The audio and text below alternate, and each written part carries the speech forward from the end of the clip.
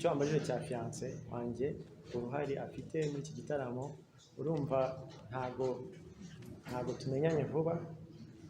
Iki gitaramo natangiye kugitegura abizi, hanyuma amakuraje, aransengera akambwira kuraje, nanamushimira cyane ko support yiwe ndayumva cyane muri jewe muri iki gitaramo. Imana imumugisha. Hanyuma fiance wanjye ntago ari mu diaspora, ntaho nteze kujya, ariko nanone Imana ishobora guca inzira tukagenda, ariko kugeza ubu turacyahari.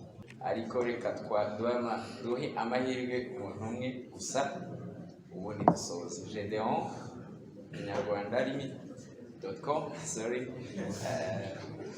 niturangiza turasoza. Murakoze. Nitwa Gedeon inyarwanda.com.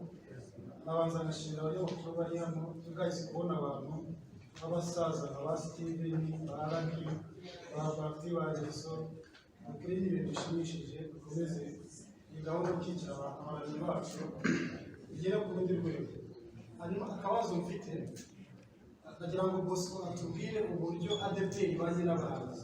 Kera umuhanzi wakoraga igitaramo agatumira umuntu utari wo muri ADPR, bavugaga ko yatumiye umunyamahanga.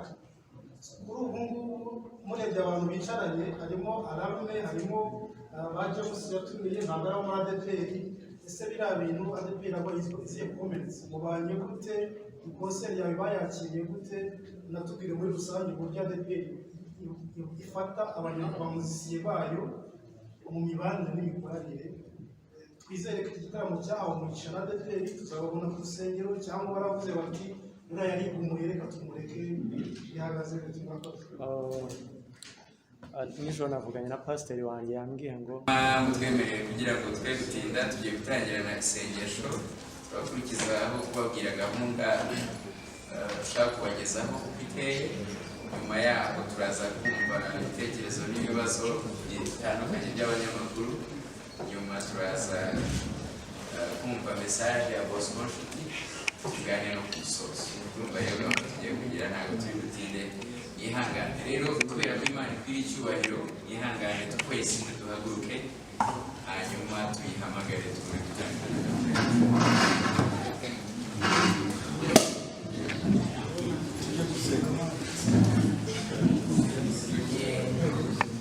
Abadafite ikibazo bose bahaguruka, nta kibazo, kubaha Imana nta kibazo rwose. Murakoze. Data, mu izina rya Yesu turagushimiye, tuguha icyubahiro, tugushimiye ko wafashije buri munyamakuru wese na buri wese waje muri iki kiganiro. Turakubashye, ni ukuri tugushimiye ko wemeye ko izi gahunda zibera muri Sainte Famille, ukazitegura gutya, ukatwemerera ko tubikora gutya. Uhabwa icyubahiro. Tugiye kumara iminota itari myinshi muri iki cyumba. Ni ukuri udushyigikire rwose, turinde gahunda zose zidaturutse kuri wowe. Ni ukuri turirukana imbaraga zose zatuma bitagenda neza, udushyigikire. Ibi byose dupanga hagaragare presence yawe, ntihaba ari twebwe, ahubwo izina ryawe rihabwa icyubahiro. Buri wese uri hano umuhe umugisha utagabanyije, kubera ko yitanze akemera kuza hano kugira ngo inkuru y'agakiza yogere hose. Umuhe twebwe, izina ryawe rihabwa icyubahiro. Tubisabye twizeye izina rya Kristo umwami n'umukiza. Murakoze cyane. Turi hano uyu munsi kubera gahunda ya BOSCO nshuti, umuhanzi mu ndirimbo zo kuramya no guhimbaza Imana. Abenshi hano turamuzi, ariko ku batamuzi nabwira ko ari umuhanzi ubarizwa mu itorero rya Pentecote, akaba ari umukristu. Yamenyekanye ku ndirimbo zitandukanye benshi hano tuzi, harimo ibyo ntuze, harimo ndumva unyuzuye, harimo nzamuzura n'izindi nyinshi. Araza kubyivugira, ariko impamvu baje gutanga izo details kugira ngo tutaza gufata umwanya munini. Hanyuma uyu mwaka Imana yamushyize ku mutima igitaramo cyiswe Unconditional Love Gospel Concert. Ni igitaramo giteganyijwe kuba ku itariki 30 z'uku kwezi turimo. Yifuje guhuza itangazamakuru n'abandi bafatanyabikorwa kugira ngo abaganirize ndetse abasaba umusanzu wo kumufasha no kumushyigikira nk'uko n'undi mwagiye mubigaragaza, benshi muri mwe mwagiye mumwakira mu biganiro, abandi muramushyigikira mu buryo bwose. Rero icya mbere ni uko tubibashimiye, icya kabiri ni uko akibakeneye, ni nayo mpamvu yabahamagaye. Mu kanya gato turaza kumuha umwanya abaganirire icyo yifuza ko mumufasha, ndetse by'umwihariko n'ibindi bibazo muza kumugiraho cyane abamubonye bwa mbere cyangwa se abatari bamenye byinshi kuri we, ndetse n'ibindi mwifuza gusobanukirwa kuri iyi gahunda. Rwose turabaha umwanya kandi uhagije. Ariko tutarakomeza, munyemerere babwire ko nitwa Nzahoyamuye Nikodemu, gira ubuntu n'Imana kugira ngo uyobore iyi gahunda, Imana ihabwe icyubahiro. Hanyuma turi kumwe n'uyu mugabo ayobora ikigo cyitwa IBIHE, kikaba gikora ikoranabuhanga ryo kugurisha no gukwirakwiza amatike, ibyo bita ticketing solutions. Yahaguruka akabasuhuza. Barakoze cyane. Watwibwira amazina yawe? Nitwa Serge Twagiramungu, ni CEO wa ITech, yamenyekanye cyane mu gutanga services za technology, harimo na parking, harimo amazina manini ya ticketing. Tukaba dufite iyitwa Murakoze. Barakoze cyane, baduteye inkunga, Imana ibahe umugisha. Ni naho tike zacu ziri kuboneka, baraza kubibabwira. Hanyuma ndi kumwe n'umuyobozi mukuru w'itsinda ryo kuramya no guhimbaza Imana ryitwa Alarm Ministries. Murarizi cyane, nawe yahaguruka akatwibwira akanabasuhuza. Murakoze. Nitwa umuyobozi wa Alarm Ministries.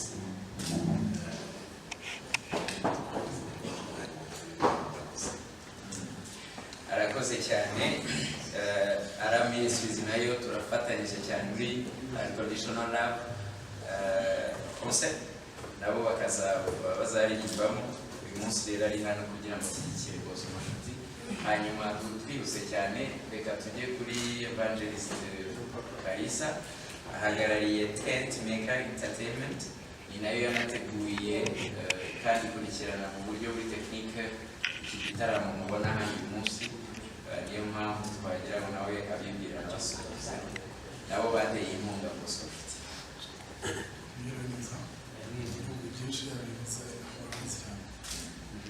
Turi kumwe n'umuyobozi waturutse mu kigo cyitwa Magic Patron. Kikaba ari ikigo gikomeye kandi gikwirakwiza cyangwa kigacuruza ikiribwa. Bari bose kudusobanurira byinshi kuri cyo. Abantu mwese mukunda gufungura, abakiriye barongera bagakina. turahari byose. ubutazakizana naduheho twumve ko kiryoshye. Hanyuma murakoze cyane. Ntatinze nahoze mbabwira ko BOSCO, kugira ngo tunamuhe umwanya twe gutinda, nahoze mbabwira ko BOSCO ni umuririmbyi w'umuhanga, ni umutoza w'amakorali, ni umucuranzi w'ibyuma birenga bitatu, kugira ngo harimo gitari, piano n'ibindi bikoresho. Ni umutoza w'abaririmbyi, nabivuze, yatoje amakorali menshi, aba mu itsinda ry'abahanga mu kuririmba yitwa New Melody Choir, aba kandi mu itsinda ry'abatoza imiririmbire ryitwa New Melody Industries Limited. Murarizi BOSCO NSHUTI yakoze ibitaramo bitandukanye, bizera ko iki nacyo kiri mu bitaramo byiza z'abakoze. Murabyibuka igitaramo cyakoreye ku rusengero rw'iwabo hariya kuri ADPR k'Umukenke, ndi kuvuga mu bintu byamuranze. Yabaye nominated ahantu hatandukanye, by'umwihariko muri Groove Award yabayemo nominated, ndetse abonamo igihembo. Yagiye akora ingendo hirya no hino mu Rwanda no mu mahanga mu bitaramo bigiye bitandukanye, muri Tanzania, mu Uganda ndetse no mu Rwanda. Aririmba muri Siloam Choir, imwe muri za korali zikunzwe muri iki gihe ku bantu bakurikira indirimbo zo kuramya no guhimbaza Imana. BOSCO NSHUTI ni umusore witegura gushinga kubaha. Hanyuma ndumva ibindi byose nabivuze kutagira gusa ko aze kugaruka ku byo muhore buze kumubaza, ndetse anagaruke ku gitaramo by'umwihariko. Niyo mpamvu ntatinze, mwanyemerera tukakira BOSCO NSHUTI, hanyuma akatuganiriza ku mpamvu y'umwihariko yaduteranyije hano, ndetse n'icyo ashaka kubabwira. Nyuma yaho turakurikiza ibiganiro.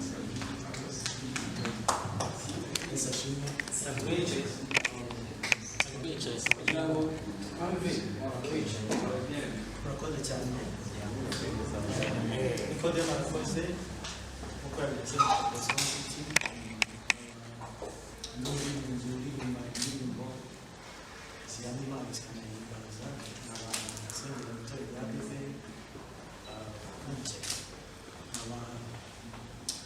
uyu munsi n'abateranirije hano kugira ngo mbasobanurire igikorwa mfite ku itariki 30 mfite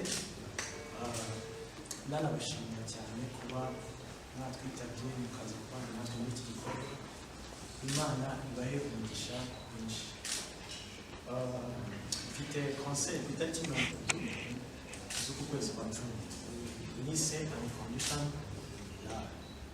Wenda ururimi rwacu rushatse kuvuga ko urukundo rufite ikintu na kimwe rushingiyeho, ariko urwo rukundo nashatse ko dusangira n'abanyarwanda n'abakunzi bakunda indirimbo zihimbaza Imana.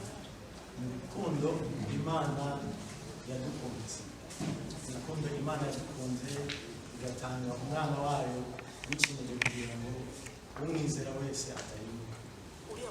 Hanyuma rero iyo concert ukuntu iteye, nzaba ndi kumwe n'abandi bantu batandukanye, harimo Alarme Ministry nabonye hano, hanyuma James na Daniel abaririmbyi beza muri iyi minsi bakunzwe kandi bari gukora neza. Hanyuma nzaba ndi kumwe na Patient Bizimana, nawe ni umuririmbyi abantu bamenyereye, kandi nzaba ndi kumwe n'undi mwana uri kuzamuka uririmba neza mu njyana ya gakondo witwa Josh Ishimwe. Hanyuma nkaba ndi kumwe n'undi mukuru wanjye wabanjirije muri murimo itorero ryacu bita Alex Dusaba. Urumva ari uko igitaramo cyanjye gihagaze, kikazaba ku itariki 30 z'uku kwezi turimo kwa 10.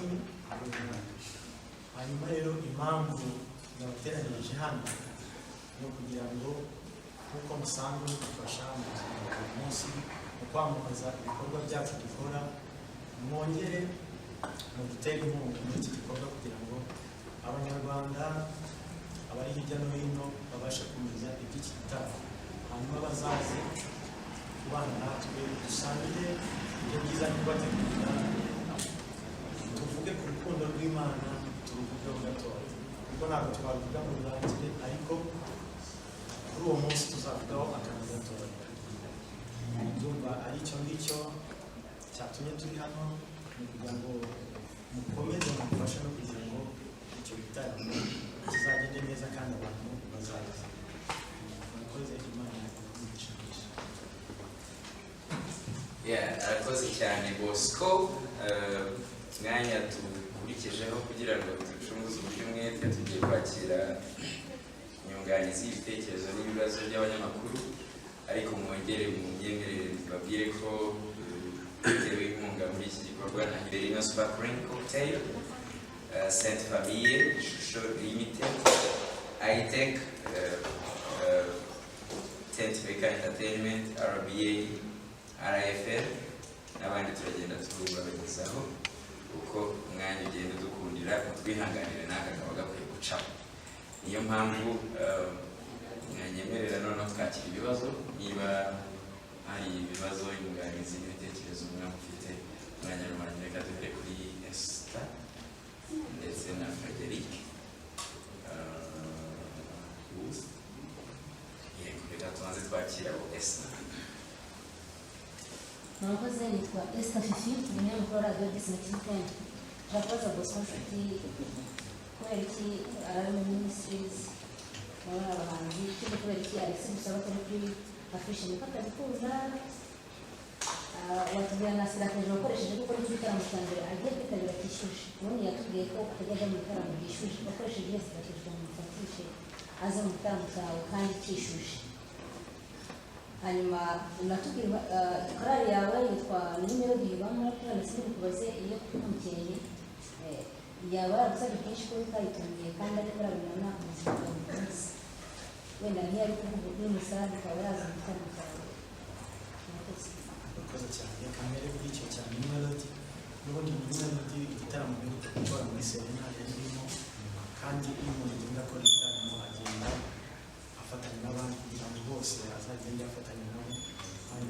si ukuvuga ko batarimo ahubwo bari mu yindi mirimo nayo ijyanye n'igitaramo. Numva icyo ngicyo nta kibazo, si uko hari urubanza rurerure, ahubwo bari kumfasha mu buryo.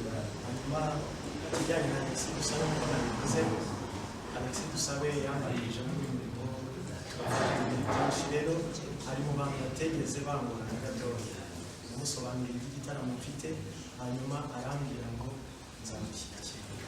Niyo mpamvu nta protokole zindi, ibyo bindi ntabwo mbizi neza uko bimeze, ariko njyewe narabimusabye atambwira ngo nzamushyigikira nta kibazo. Ikindi niba warabonye neza kuri jingle yasohotse harimo ifoto ye n'amazina kandi agiye kuri porte. Icyo ngicyo gisubizo. Murakoze. Nitwa Frederic kuri Gospel Time. Nagiraga ngo baze Gospel City. Uyu munsi duteranye hasigaye ibyumweru hafi 2. Ntabwo ari iminsi myinshi, ariko kandi tumaze iminsi itari mike tumenya iki gitaramo. Turagira ngo utubwire igihe gishize nicyo kinini kurusha igisigaye, uduhe ishusho y'uko bihagaze uyu munsi, yaba ari ku myiteguro yawe ku giti cyawe ndetse no mu buryo ki abantu bari kwitabira kugura, yaba ari amatike cyangwa se ibibemerera kwinjira mu iki gitaramo, kugira ngo tumenye n'imbaraga zishobora gushyiraho. Hanyuma iki gitaramo muri giteguro navuga ko imyiteguro igeze kuri 80% kugira ngo kizagende neza, haba mu buryo bw'imitegurire, aho kizabera, ibijyanye na sound system, ibijyanye n'amarepetisiyo, ibijyanye n'abatumirwa. Mu by'ukuri navuga ko bimeze neza cyane. Igisigaye ni uko tugera iyo 20 kuri, urabona ko tugera kuri wa munsi kugira ngo igitaramo kigende neza. Urumva igitaramo kimeze neza. Amatike bari kuyagura umunsi ku wundi, tukagenda tubona ko abantu bari kuyagura, kandi twizeye ko n'abandi bari mu nzira, kuko abaguhamagara bavuga ati turiteguye kuzaza gushyigikira, bumva ko abantu bategereje igitaramo.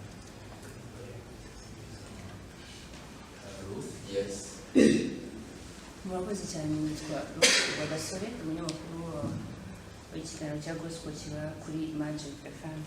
Ikibazo cyanjye kibaza kubera iki wahisemo gukora concert utegereje cyane n'igihe cy'ubukwe, ntabwo kimwe kizabangamira ikindi. Icyo ni ikibazo cya mbere. Cya kabiri, usibye kuba uri umuhanzi uririmba ku cyawe giti, tukuzi no mu itsinda ry'abaririmbyi nka Siloam, ariko bo ntabwo tujye tubabona bateganyijwe ko muri konseri wenda bazapafominga. Ni ukubera iki?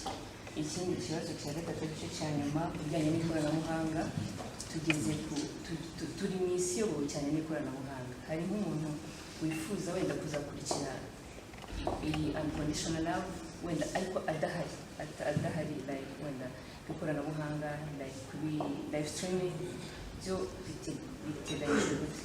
Murakoze. Kamere kuri icyo cya nyuma, kuri abantu batari mu Rwanda bari hirya no hino, uburyo twabashyiriyeho nabo bari bumenyeshwe vuba uburyo bashobora gukurikirana icyo gitaramo bari aho bari vuba cyane, barabimenyeshwa. Hanyuma nk'uko nasubije icya mbere, konseri ya mbere nakoreye muri Serena yari kumwe na Siloam, korali ya mbere, hanyuma ndi kumwe na Niba amatsinda amwe, ariko kuri iyi nshuro nishimiye ko nahindura ngafatanya na Larme, ngafatanya n'abandi, kandi na konseri izakurikiraho birashoboka ko nzafata n'abandi batari mu Rwanda. Niyo mpamvu ntabizi. Hanyuma icyo wambaje ngo kuri iki nakoze giterane agakurikiraho n'uko byegeranye, nta kizabangamira ikindi. Niyo mpamvu ndi kumwe n'abantu bose nabonye bari kunshyigikira Tanzania, kugira ngo bitazahungabanya ibindi bikorwa. Mu by'ukuri ntabwo ari njyenyine birimo, ahubwo hari abandi bantu bashyigikiye ku buryo nta kintu na kimwe kizapfa kubera ikindi. Yes, please. Ikibazo cyangwa Murakoze. Nitwa Raymond Tushimye, nandikira umuseke. Ndibaza kuri iki gitaramo ese cyaba kigamije ivugabutumwa, ese turateganya kukigira buri mwaka, tuba ari ngarukamwaka.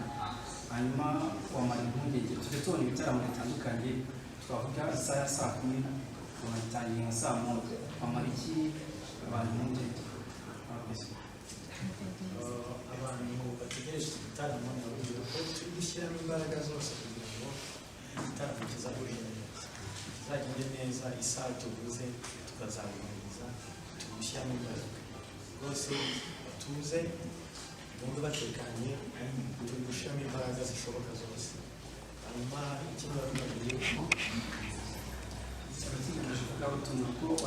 ngarukamwaka ntabwo ari ngarukamwaka, igitaramo kibayemo buri mwaka, umwaka utashobora kuba ikindi gitaramo cyitwa ukundi, kitari kuvuga ngo kizajya kiba buri mwaka. Hanyuma ivugabutumwa ni ivugabutumwa, birumvikana ko ari ivugabutumwa kuko tuzavugamo urukundo rw'Imana, Imana n'ibikunze. Ni ivugabutumwa tuzabwira abantu urukundo rw'Imana.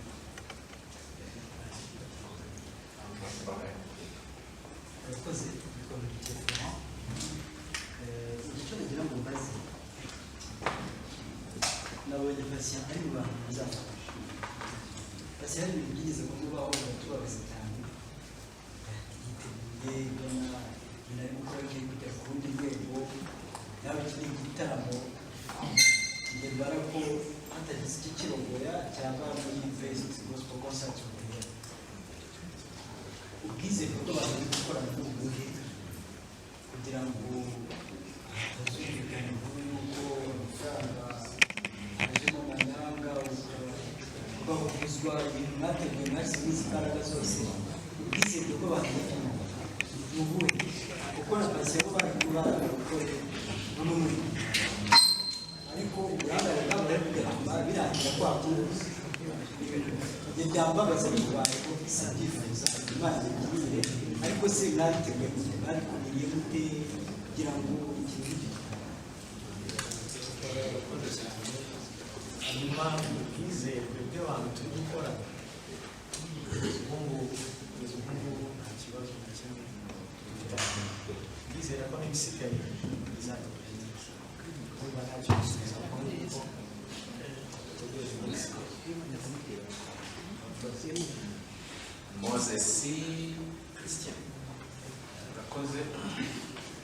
Nitwa Moses Iradukunda, ndashaka kubaza, twabonye imbere umuyobozi wa Tentimeka izaba ishinzwe iki muri kanseri, ukaba ari n'abaterankunga, ariko Tentimeka yo nishinzwe production, nishinzwe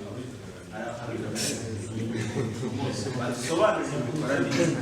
Ikindi cya kabiri, ndaza kubaza BOSCO NSHUTI, ni ibintu byegeranye cyane n'ubukwe bwe, uri kumanaginga gute kugira ngo kimwe kitazabangamira ikindi, mbese ko agihaye mwaretse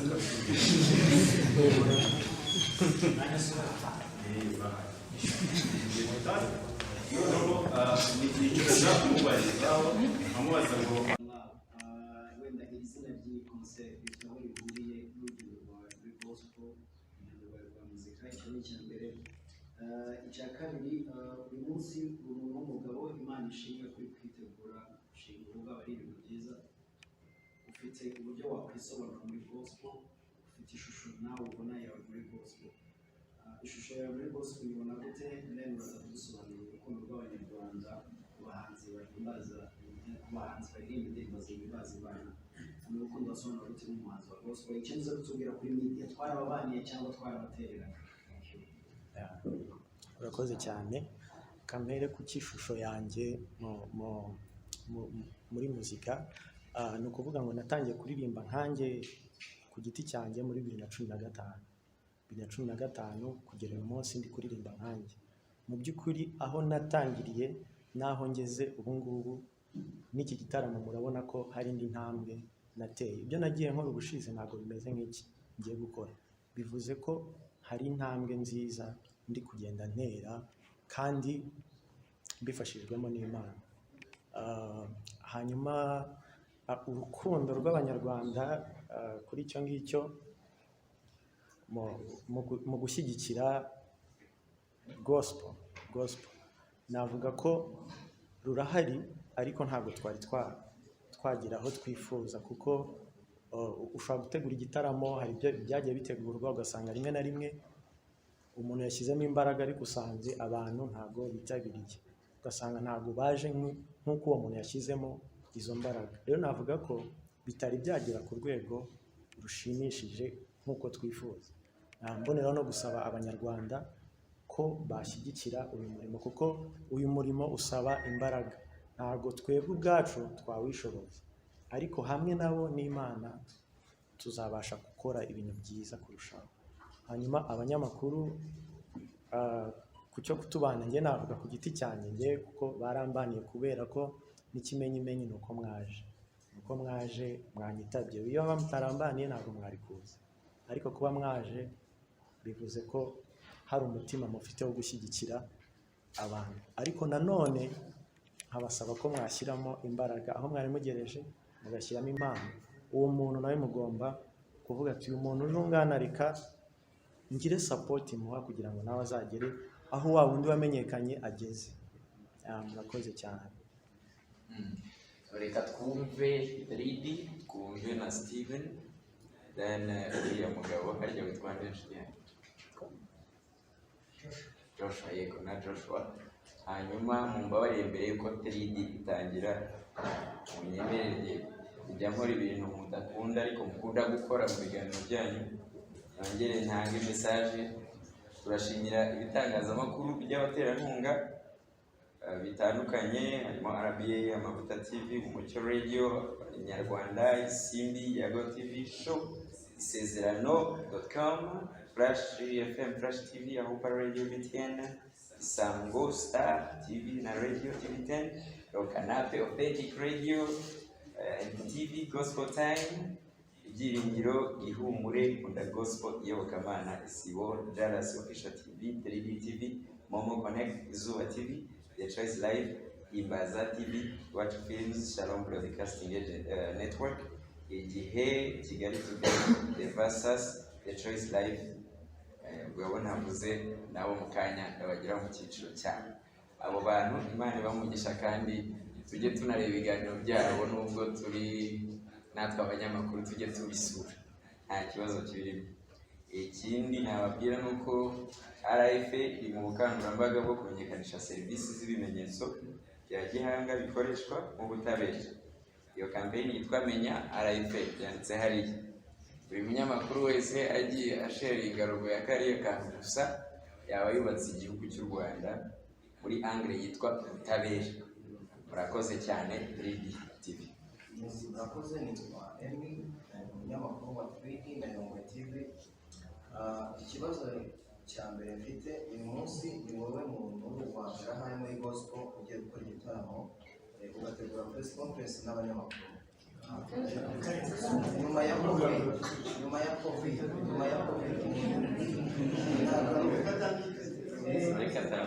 abandi bagiye bakora ama press conference, n'abandi batimurwa n'andi makampani gusa. Ni amakampani muri rusange, nk'abantu bari bafite ibitaramo bagatumira abahanzi runaka, ariko navuze wowe ku giti cyawe. Iki gitekerezo wakigize gute? Kubera ko akenshi tuzi ko abaririmba indirimbo zisanzwe aribo batumira itangazamakuru. Ikindi, muri iki gitaramo cyanyu wavuze ko harimo abahanzi badakunda itangazamakuru no kuza mu itangazamakuru. Uyu munsi muradutumiye, turaje. Ese mu gitaramo muzatwemerera dufate ayo mashusho, cyangwa abo bahanzi nibajya kuririmba muzaduha kondisiyo ko nibajya kuririmba kubera ko badakunda itangazamakuru tuzazimya kamera, ntituzongere gukamera? Ibyo byo murabitekerezaho gute? Ikindi, hari abahanzi barimo hano mwagiye mutumira muri afishe zacu, bamwe na bamwe ni abakomeye muri BOSCO, ntabwo turi kubabona.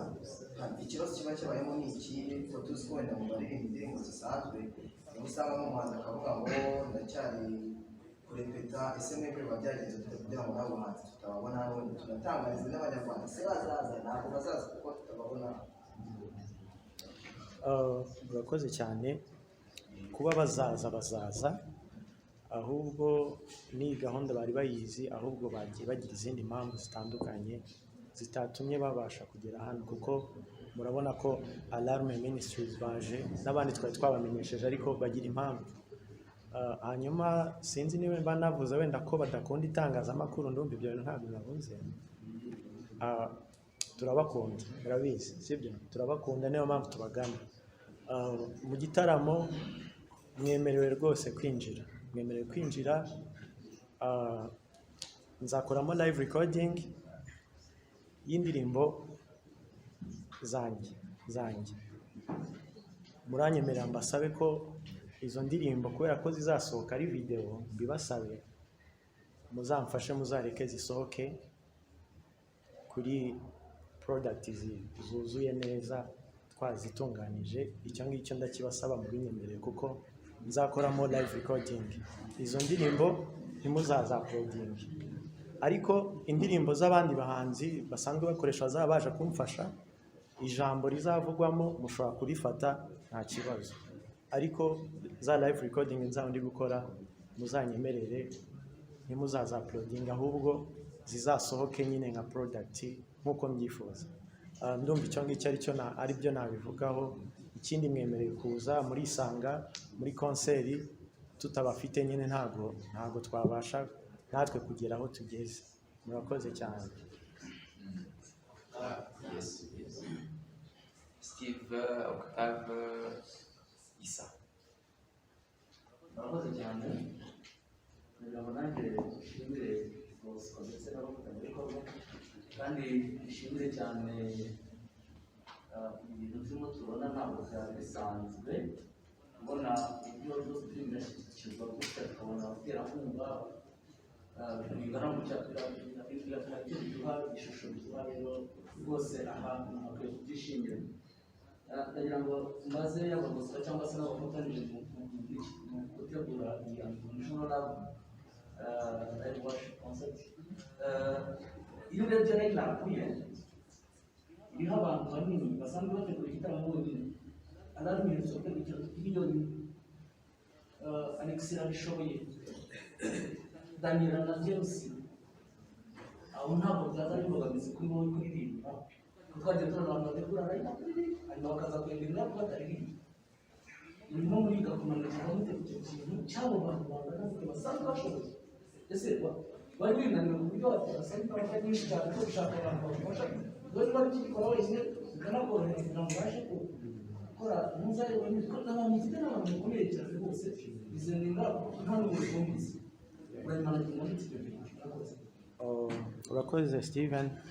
Kubimanaginga birateguye, hariho igihe abantu bazakorera, kandi nanjye indirimbo zose nateguye nzaziririmba, kandi nta muntu uzataha ataririmbye. Hanyuma si uko wenda nananirwa gutegura igitaramo njyenyine, ariko ni na byiza gufatanya n'abandi, kuko hari n'igihe kizagira nabwo utegure wenyine, wongere utegure uri kumwe n'abandi. Ibyo ni ibisanzwe, ntabwo wahora ukora wenyine, nta nubwo wahora ukorana n'abandi bitewe n'icyo wateguye. Ntekereza ko icyo gihe nacyo kizagerwaho, ariko kuri iyi nshuro nashimye ko nafatanya n'abandi baramyi, tugafatanya kubwira abantu urukundo rw'Imana. Reka twumve Octave, nyuma Isa. Amen. Nk'uko babivuze, nari mfite impungenge zihuye n'iza Steve kugira ngo yasobanuye, kandi n'undi muntu hanze arimo arategura igitaramo cyangwa se konseri, aba arimo aragitegura abanyarwanda bakizwe ntabwo bazi barani bahure, kandi ubona ko urutonde rufiteho abantu benshi cyane, ariko ntekereza ko byasobanutse. Ahubwo ikibazo cya kabiri wenda nabaza ni kuri IBIHE.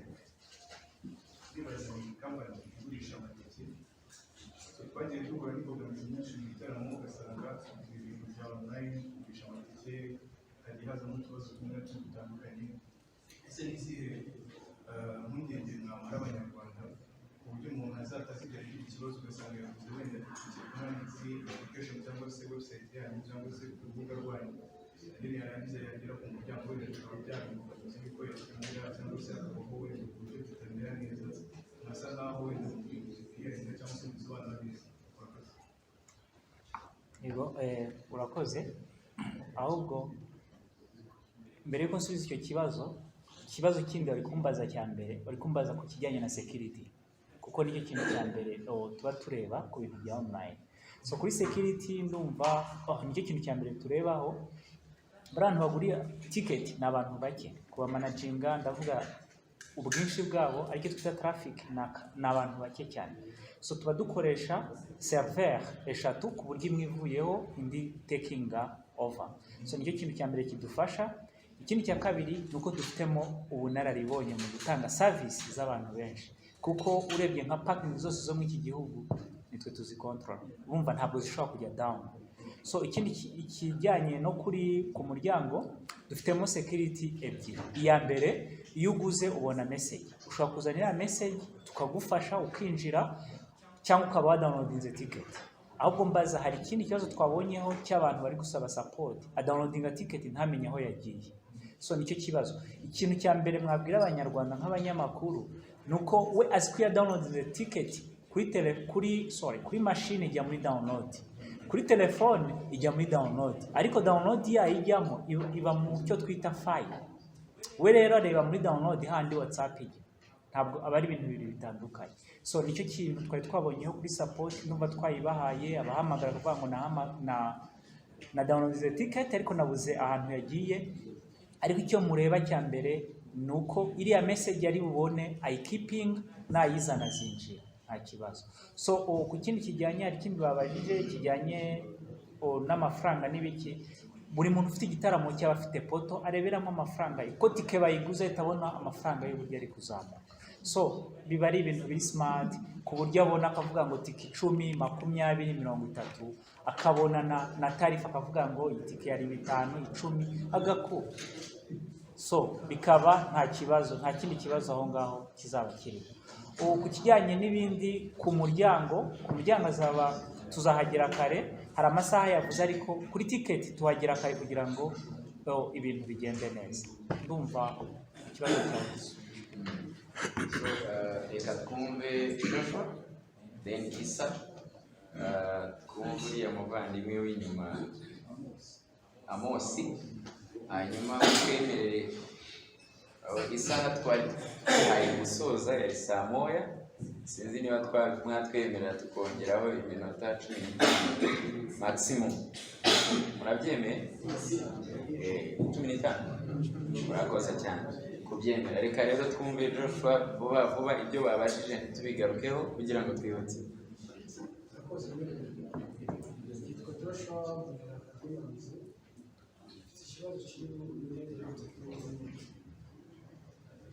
BOSCO impungenge nari mfite zakemuye gatoya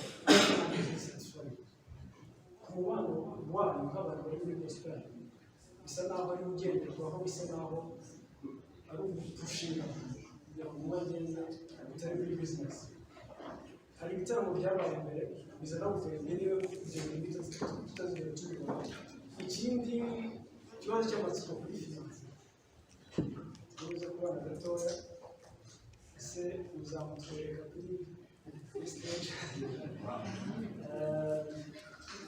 Ese dufite abantu bagiye bakura imbere nyuma yo gukora ubukwe bagahita bakora groupe same church worship, namwe ngo turaza kubona groupe ya BOSCO na finance nyuma y'ubukwe cyangwa urakoze cyane Joshua. Hanyuma ku cya fiance nimba azaza muri concert cyangwa atazaza, ashobora kuza cyangwa ntaze. Ashobora kuza cyangwa ntaze kubera ko ntabwo atuye hano i Kigali, sibyo? Ashobora kuzaza cyangwa se ntaze. Naramukaje nzamubereka, nataza muziyangana. Hanyuma ku bahanzi bari muri iki gitaramo bose bazaza, ntabwo muzababura. Ntabwo bazanga kuririmba ngo bari ibyo twabemereye tutabahaye. Oya, bazaba bahari rwose, muzaze mwumve mutuje.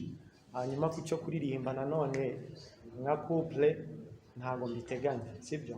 Ntabwo mbiteganya tuzaririmba nka couple kereka habaye indi mpinduka, ariko kuri ubu ntabwo mbiteganya. Reka twumve noneho Isa munyemerere mushyireho komenti ntoya. Isa n'umwe mu bantu bafashije cyane Bosco Nshuti, niyo mpamvu kuri njye numva ari umuntu ufite icyo avuze cyane. Ibyo bintu munyemerere bimuhereye amashyi. Bariyo yewe menya Bosco washize nk'imyaka 6, ariko nabisaba imbabazi mu bimbabarire, ariko mumenya niwe watumye mumenya, kandi niwe ntekereza ko yagize uruhare rukomeye, nawe arabizi, bombi bafite uko babiziranyeho. Ako sinari ntawakantumye muri bo, ndibaza ko Bosco ntabyo yarumye cyangwa isa, ariko I deserve him a respect for that. Rero niyo mpamvu numva Imana iguhera umugisha brother, mbere yuko ugira icyo muvuga. Murakoze. Murakoze cyane. Nitwa Bidasanzwe Gabigabo, ndi umunyamakuru wa Radio Isango Star. Hanyuma ndashimira cyane iki gikorwa mwateguye, ariko first of all ndashimira cyane abantu bitwa tent makers. Tent maker ni abantu mu by'ukuri rimwe twavuga nk'uko wenda tuvuga muri sekira tuvuga irareko cyangwa zirareko, ndashaka kuvuga ariko tent maker ni abantu b'abahanga kandi bategura ibitaramo byiza bimeze neza cyane. Mbere na mbere nabashimira tent maker. Ikindi mfite ibibazo bibiri, nari mfite 42 ariko ndabaza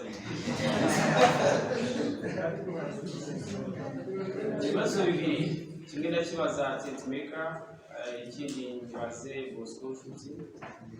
Tent maker tubona amakampani ategura ibitaramo bitandukanye biri profane cyangwa se musique séculaire, izina zisanzwe. Agira ngo ndambabaze byerekeranye no gutegura igitaramo cya gospel, criteria mugenderaho ni ibiki mugenderaho? Icya kabiri, hari abahanzi batandukanye ba gospel bashobora kuba babegera ngo bategure ibitaramo, ese muselecting umuhanzi ushobora gukorana nawe mugendeye kuki? Bosco Nshuti ikibazo cye mubaza ndamubaza wenda ariko babaye nk'abagikomoza, ariko uruhare rw'umu future wife we to be, future wife to be cyangwa se wife to be we cyangwa se umusheri we muri iki gitaramo, byo byose ari behind scene, ari kukubwira ikigo iki gihe. Icya kabiri, Bosco Nshuti ni muririmbyi uririmba ate? Describe yourself. Uririmba ute? Dufite abahanzi batandukanye bagiye bafite amatushe atandukanye, wowe imiririmbire yawe iteye gute ku bantu babonye ku nshuro ya mbere? Murakoze cyane. Tent maker nk'uko bivuze ni kampani itegura ibitaramo bitandukanye. Imiryango irafunguye, ntabwo turobanura ku butoni, tureba abo twakorana nabo, abandi ntidukorane nabo. Abatuganye bifuza ko twabategurira ibitaramo bitewe na experience tumaze kugira mu bitaramo bya gospel, binyuze mu makorali, mu bahanzi batandukanye twagiye dutegurira ibitaramo, n'ibyo babona twabafasha. Nk'uko Bosco yatuganye kugira ngo dukorane nawe, tunamushimira ndetse tunararikira n'abandi bahanzi ba gospel kugira ngo dukomeze tuzamure gospel. Gospel twifuza ko igera twese hamwe dufatanye kuba twayizamura. So navuga ko amarembo arafunguye, ntabwo turobanura ngo umeze gutya na gutya. Utuganye tugerageza kumufasha, kuko intego ya tent maker ni kugira ngo gospel izamuke, yaba abahanzi mu buryo bwo gukora management, haba mu kubategurira ibitaramo. Twifuza ko twakorana nabo, bityo rero gospel ikazamuka. Criteria mugenderaho wenda mutegura igitaramo, n'igitaramo cya gospel?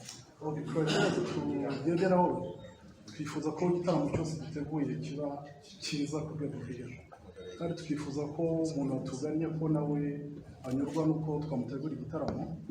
Ntabwo rero twavuga ngo ni izi ABCD, ariko icyo tuba twifuza ni uko bibagira success. Twifuza ko gospel igera ku rundi rwego, kandi turanashima Imana ko ari intambwe. Nawe nk'umuntu wo muri gospel nibaza ko bizi. Reka twumve. Urakoze. Isa urakoze cyane. Isa nk'uko Nikodemo yabivuze, yaramfashije cyane akora kuri authentic, ndamushimira cyane, kandi n'uyu munsi aracyamfasha. Imana iguhe umugisha, kandi nanone ukomeze ufashe n'abandi. Ku cyo wambajije cya fiance wanjye, uruhare afite muri iki gitaramo, urumva ntago tumenyanye vuba, iki gitaramo natangiye kugitegura abizi hanyuma amakuraje aransengera akambwira kuraje nanamushimira cyane ko support yiwe ndayumva cyane muri iki gitaramo. Imana imumugisha. Hanyuma ku kijyanye nuko nakwivuga umuziki nkora umuziki icyo nkora cya mbere ni uko mvuga Yesu, mvuga ubutumwa bwiza umuziki wanjye, kandi ntabwo nteze kuzakata, ni ukuvuga Jesus mu byo nkora. Ikindi ni ukugerageza kuvuga ibyiza, gukora umuziki mwiza, plutôt muzike nziza, melody nziza, ibijyanye na muzike yose, kugira ngo ibyo ntanga bigere ahantu hose. murakoze. Nitwa Alex nanjye nakufashe. Afite ikibazo turi ariko biri kubaterankunga inyunganizi ko uburyo bushyaje. Ku baterankunga wenda by'umwihariko imodoka mwaje nawe yagomba ko nabonye warahangaza. Ndetse ufite igihe cya mbere imodoka yihangana bategereje kugira nabo dufitemo item ariko n'abazafasha gucuruza amatike ariko nibaza udafite ibyo kwaza no kumashyira online nawe ikiri ahantu hari usanzwe bw'aho cyangwa se ntabwo babwirwa ko hari bazi kubwirwa ko hari n'ibyo basikoro ufite n'ibintu cya mbere akodisha kose ko n'ibibazo ushinzwe igitaramo cyawe ariko akenshi na kenshi kugira abantu bakenshi kugira ko ubutumwa rimwe na rimwe no kujyana n'ijambo hari uburyo buhari bwo twaza gutanga ijambo ry'abaturage. Ikindi cya kabiri bakomeje no kuvuga bwa ngo iyi kwezi kurikira ese abo yari mu diaspora abari mu diaspora abo bagiye kuduceka nabo kagenda ibyo binakoze. Urakoze cyane. Imodoka twajemo ntabwo ari iya Dova, badufashije mu bindi ariko barazifite mu bagane nta kibazo rwose. Hanyuma fiyanse wanjye ntabwo ari mu diaspora, ntaho nteze kujya, ariko nanone Imana ishobora guca inzira tukagenda, ariko kugeza ubu turacyahari.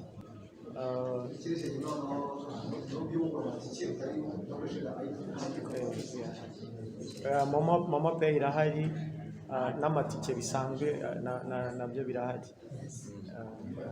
Murakoze cyane. Hanyuma kugira ngo ducunguze iby'umwete, Christian uretse gato wahise ugenda uretse gato kugira ngo tudatinda mu minota 15 mwampaye kugira ngo nze kuyubahiriza neza. Munyemerere mbanze, nubwo mutabikunda ariko murabikora, nanjye mureke mbikora uyu munsi. Banze mvuge ko Dova Business Company ari company nziza ikora ibijyanye no gutiza, gukodesha no kugurisha amamodoka. Ubwo rero buri muntu wese ukeneye gukorana nabo twarekomendinga iyi company, ndetse ko biteguye kubashyigikira mu buryo bwose. N'ibindi bitaramo turabashishikariza ahubwo ko muzabagana nabo, yaba gukodesha n'ibindi, by'umwihariko cyane ko biteguye gushyigikira gospel. Things kuri mwebwe ushaka kubaka amazu, uzi neza ko bamwe muri mwe mushobora kuba muri kubaka cyangwa mubiteganya vuba, abandi bakaba bararangije, ariko niba ukeneye gutangira kubaka ni Hipo. Ibati rya Hipo iri mu moko agiye atandukanye, wese bitewe n'ubushobozi bwe turayibakunguje abari bo muzajya mugurira amabati. Ndetse Ishusho Limited bakora production nziza, media company ihana Nyarugenge, byinshi biri hariya, ariko bakora production ya audio na video. Ufite ubukwe, ufite iminsi mikuru, ufite indirimbo n'ibindi bikorwa byose bikenera coverage ya media, mu by'ukuri bafite serivisi nziza. Hanyuma Saint Famille Hotel murabona hano turi nabo, Imana ibamugisha kudutera inkunga. Hanyuma kandi bafite serivisi nziza z'uburyo bwose, bakira amanama n'ibindi bikorwa, ubukwe n'ibindi. Then amatike kandi arabera kuri Zion Temple mu Gatenga, Restoration Church Masoro na Kimisagara, Women Foundation Ministries, murahazi New Life Bible Church, Militon Coffee, Ishusho Studio, Foursquare Gospel Church, mwana yagura kuri washatu akadomo ayiteka akadomo rwa momo code mwaguriraho tike ni 21 38 yanditseho Bosco. Sinzi impamvu wenda ndikumva abantu turimo kuganira ariko tugiye gusoza mu nyihanganire.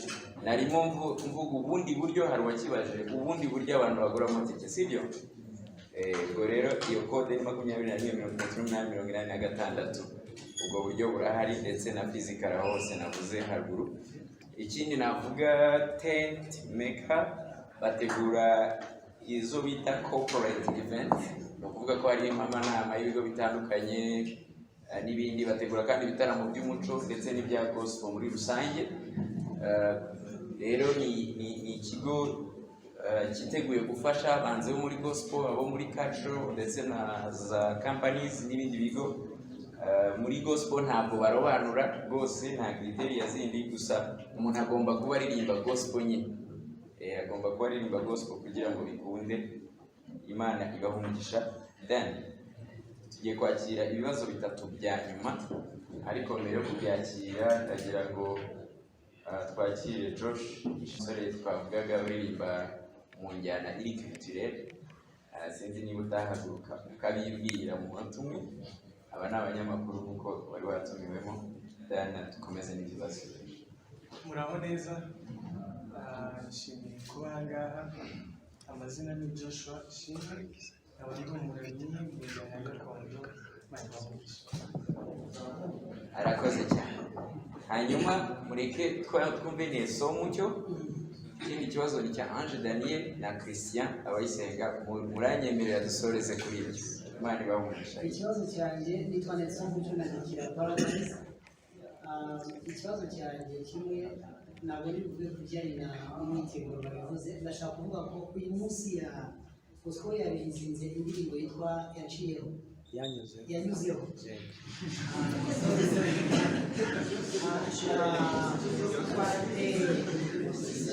Iyo ndirimbo wayizinze uyu munsi, ese hari ahantu ihuriye na message y'indirimbo, iri ahantu ihuriye n'urukundo udafite aho ruri, unconditional. Hanyuma ese niba indirimbo wayizinze uyu munsi ifite ahantu ihuriye na concert yawe, ni brand ya concert yawe, indirimbo izarindwa nayo uzayikundira. Ese nanone ko tuzi ko muri recording bisaba ko abantu bamenyera indirimbo zawe kuko itazwi. Ese ukeneye iki kugira ngo wenda abanyamakuru bari hano bayishyiremo imbaraga kumenyekanisha, cyangwa hari icyo nicyo cyari ikibazo cyane. Hanyuma icya kabiri ni ukubaza ngo ese nizihe mpande ko tuziharure mu mapande acuranga kugira ngo nihe mpande muzakorana, niba ari ibanga nta kibazo, niba atari ibanga nihe mpande abamizisien nibo nabaze ibintu biri tekiniki ntabwo ibibazo cyane. Nelson urakoze. Hanyuma kamere kuri icyo cya bande, nzakorana na bande, ntabwo ari ibanga, ni bande nziza irimo abo bita ba Nehemi, ba Ishimwe, ba Semfo. Ndumva iyo bande muyimenyereye, ni bande nziza kandi imenyereye gukora live recording. Murumva ko umuziki uzaba ari mwiza. Hanyuma icy'indirimbo of course ifite aho ihuriye n'urukundo, kuko nimba wayumvishe hari aho mvuga ngo nzajya ndirimba urukundo rw'umukiza rwankuye mu mwijima, urumva ko biraganisha ku rukundo. Hanyuma icyo nsaba abanyamakuru ni indirimbo nshyashya kandi nzayiririmbamo muri concert of course. Ndabasaba ko bamfasha kugira ngo mu gihe gito dusigaranye abantu byibura bazaze tuyirimbane bayizi. Ndumva ari ibyo ngibyo. Yes, Ange na Christian. kandi kuririmba Imana byanze byinshi n'ibintu.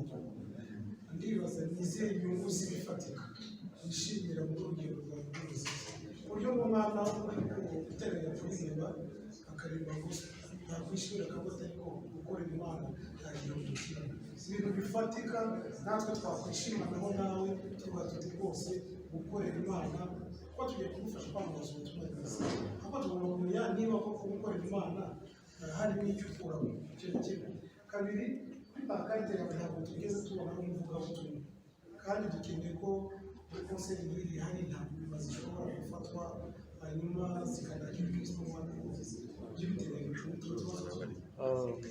umuvugabutumwa arahari nubwo tutamushyizemo ariko umwanya w'ijambo urahari ntabwo twakora ikosa ryo kuririmba gusa dushyiremo ijambo ry'Imana rwose abantu bazaza bazasangamo ijambo ry'Imana hanyuma ku bifatika rero ntabwo namenshaninga ubwanjye ndi igihamya sibyo ubwanjye ndi igihamya kuva 2015 ndirimba kugeza ubu ngubu ngiye kubaka urugo ndi igihamya nta nubwo nanganaga gutya rero kumenshaninga ngo nakuyemo iki numva nta mpamvu ariko ubwanjye ubundi barabona ko gukorera Imana nta gihombo kirimo icyo nishimiramo wenda gatoya ejo bundi muri uyu mwaka turi mu 2022 nakiriye ubuhamya bw'umwana wakize kubera indirimbo yanjye arandika testimony nyine anyohereza impapuro yandikiye Jesus ayishimira kubw'indirimbo arakira urumva ni ibintu byinshi byo kwishimira kuko icyo tuba dushaka ni uko abantu bakira ntabwo wenda ari ukwamamara cyangwa kugira gute turashaka ko abantu bamenya ubutumwa bwiza bwa Yesu Kristo. Christian murakoze nabajije ikibazo rwose kimwe rwose ni umuramyi w'umuhanga ariko usanzwe ujya mu nsengero kuririmba amakonseri usanzwe uyakora nawe muri kumwe bazagufasha bose ejo bundi abenshi bajyanatse amakonseri twarabibonye none turashaka kumenya ko buri wese ufite konseri nkanjye tuzwi mu babenshi n'umutumije ariko n'iki kidasanzwe none inkuru ufite konseri ahubwo n'icyo abantu bitega kuri konseri n'iki kintu gishya tujya kubwira abantu kizaba kiri kuri konseri yawe icyo ni kimwe ariko ikibazo twabajije ntabwo wagisubije ntabwo nagizwe no wakidusubije nire kure kidusubize iyi konseri kuziki ku bukwe bwawe konseri n'ubukwe ntekereza ko ari ibintu bibiri bitandukanye ni ibintu bibiri bitandukanye sibyo konseri ni ivugabutumwa n'ubukwe nyine mu bukwe numva aricyo nabivugaho sibyo hanyuma Imana ikwiriye ibyiza sibyo Imana ikwiriye ibyiza ariko reka duhe amahirwe umuntu umwe gusa ubundi dusoza Gedeon inyarwanda.com sorry niturangiza turasoza murakoze nitwa Gedeon inyarwanda.com nabanza nashimira abanyamakuru bari hano tugazi kubona abantu abasaza aba Steven baraki babati bareso ukuri ni ibintu bishimishije dukomeze ni gahunda yo gushyigikira abantu bacu igera ku rundi rwego hanyuma akabazo mfite akagira ngo BOSCO atubwire uburyo ADPR ibanye n'abahanzi kera umuhanzi wakoraga igitaramo agatumira umuntu utari wo muri ADPR bavuga ko yatumiye umunyamahanga kuri ubu ngubu murebye abantu bicaranye harimo Alarme harimo ba James yatumiye ntabwo ari muri ADPR ese biriya bintu ADPR abo iziye comments mubanye gute ikonseri yawe bayakiriye gute natubwire muri rusange uburyo ADPR ifata abanyamuziki bayo mu mibanire n'imikoranire twizere ko igitaramo cyahawe umugisha na ADPR tuzababona ku rusengero cyangwa baravuze bati uriya yari umuye reka tumureke bihagaze nijoro navuganye na pasiteri wanjye yambwiye ngo nzaza mu gitaramo cyawe bishatse kuvuga ko anshyigikiye hanyuma uko bafata abaramyi mu by'ukuri ntabwo navuga ko wenda biri 100% ariko mu by'ukuri hari ibyo badukorera nyine niyo mpamvu tuba tugihari tuba tukiri muri iryo torero kuko badufashe nabi ntabwo twakomeza kuhaguma rero baragerageza wenda haba harimo n'uburyo bw'impinduka, uburyo ibintu bigenda bihinduka uko kera byari biri n'uyu munsi ubona ko hari impinduka igenda izamo. Kuba batari wenda bamamagara ati icyo gitaramo ntabwo tugishaka, nuko nta kibazo na kimwe gihari. Rero abadeperi rwose muzababona hariya, bazaba barimo benshi kandi n'abandi bose tuzafatanya kuramya Imana. Murakoze cyane. So munyemerere noneho tugane ku musozo, tubashimira ko mwitabiriye, ariko niba ntacyo bitwaye kwa amasegonda 30 Josh akavuga ikimuri ku mutima, ubundi tugasoza ikiganiro dufitanye. Icyo navuga nanjye ni uko tugomba gushyigikira umurongo BOSCO Nshuti ndetse n'abandi bataramyi bazaba bari mu gitaramo, ariko by'umwihariko namwe nk'abanyamakuru ndabona inshingano zanyu muba mwazikoze, ahubwo tugashishikariza abanyarwanda bakurikiranye kugira ngo bazitabire igitaramo, ndetse bakurikirane n'uko batanga amatike, ukuntu babona amatike birahari ku platforms ya BOSCO Nshuti, kuza kwangiza abari inkunga birakomeye cyane. Murakoze Imana ibamugishe. So murakoze cyane, turabishimiye cyane mwese, cyane turashimira bene data bo muri industry itari ya gospel, kuba mwashyiriye gushyigikira abahanzi. Ni ikintu cyo kubahwa. Umuntu wese uri hano uzi ko akorera muri industry itari gospel music mukaba mwaje, we really respect you for that.